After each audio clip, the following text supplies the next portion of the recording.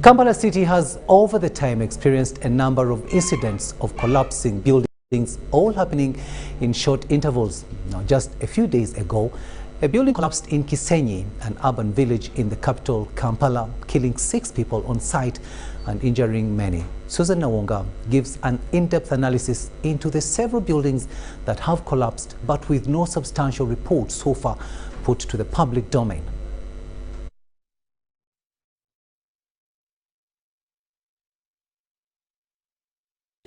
In 2018, the Kampala Capital City Authority revised regulations governing construction of buildings in the city. The interventions were aimed at addressing, among others, incidents of buildings collapsing at various sites in the city. Under this new arrangement, a developer was required to keep a copy of approved architectural and structural drawings and records of inspection on the site, including dates of inspection, signatures, observation comments, and instructions issued by the technical team.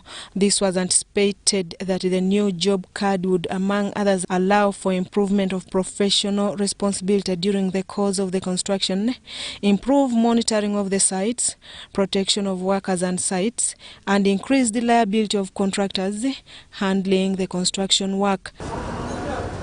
A developer was also required, before obtaining a building plan and a job card, to prove that they had a qualified contractor and the site is supervised by competent building professionals at all stages of the construction. But also, KCC as a supervising local authority has a responsibility to ensure that buildings that are constructed illegally are either removed or brought into compliance with the law.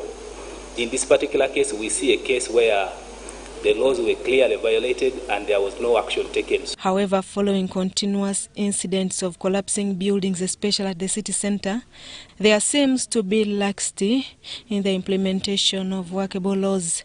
In a recap of incidents, in May 2018, a building in Mawanga zone, Buziga, caved in, killing several people. In 2019, a perimeter wall collapsed at Lohana Academy, killing 6 street children after heavy downpour that weakened the wall. In October 2019, a building went down around Bakulia, Kampala suburb, killing 1 person and injuring many. In January 2020, a building collapsed in Jinja, also killing 4 people instantly. Subsequently, a similar incident revisited Kansanga in May 2020, when a building under construction collapsed, killing several people. I've never seen a report presented before this August House following investigations as to the causes of the collapse of these structures in the country. Such fury of destruction has revisited several sites, especially around Kampala capital city, with the recent one being Kisenyi, where a building collapsed, killing at least 10 and injuring many others. The frequency of these incidents call for joint interventions from different stakeholders. The remaining buildings are not safe, and we've contacted the relevant people in KCCA to ensure or to carry out what needs to be done.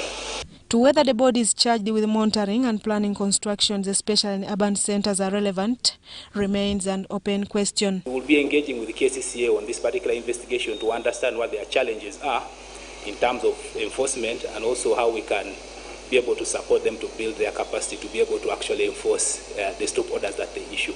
According to preliminary reports, however, it indicates that a number of buildings that have collapsed, it's either the contractor has employed non-skilled personnel, use of low construction materials, poor construction designs, and overloading of the building with construction materials. Suzan Nawonga, reporting for EBC TV.